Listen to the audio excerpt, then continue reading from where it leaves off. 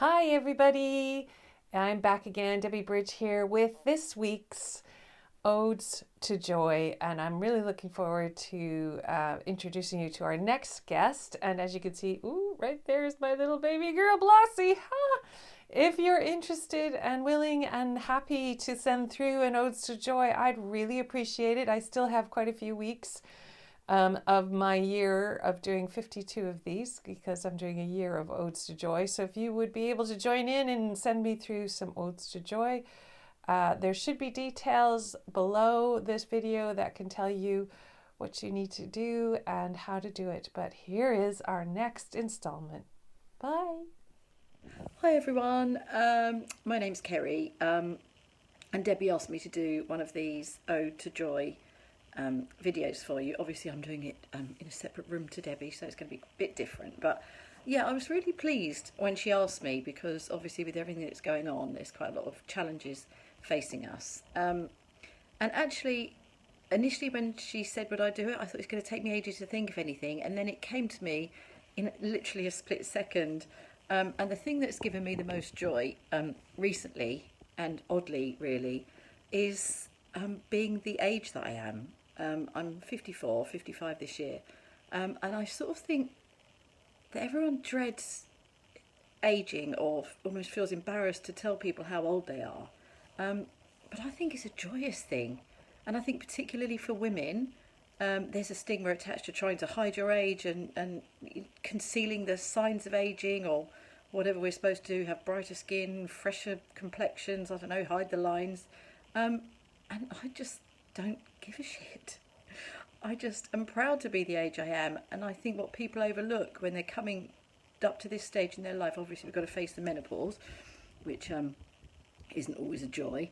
But yeah, it's just all of a sudden realising that you have the freedom to just be unapologetically and gloriously yourself. And I don't think you get that in your teens, 20s, 30s. And also you're preoccupied.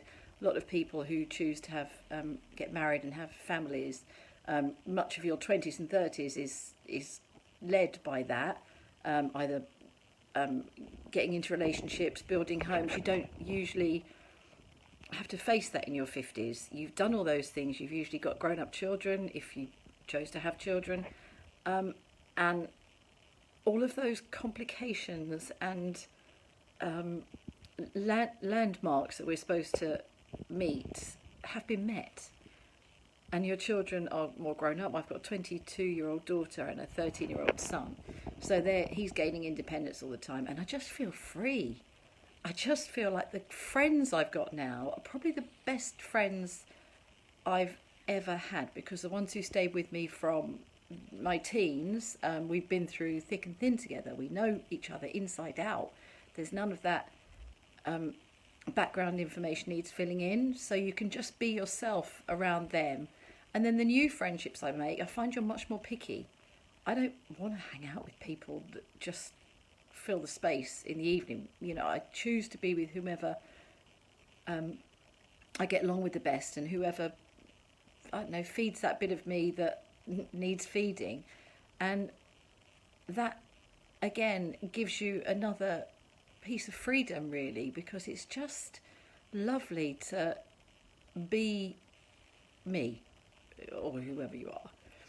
And I think that's something that people tend to think at our age, you know, we're past it, we're not doing as much. I'm doing more that now than ever I was, because I have the freedom to do it, and I know who I am.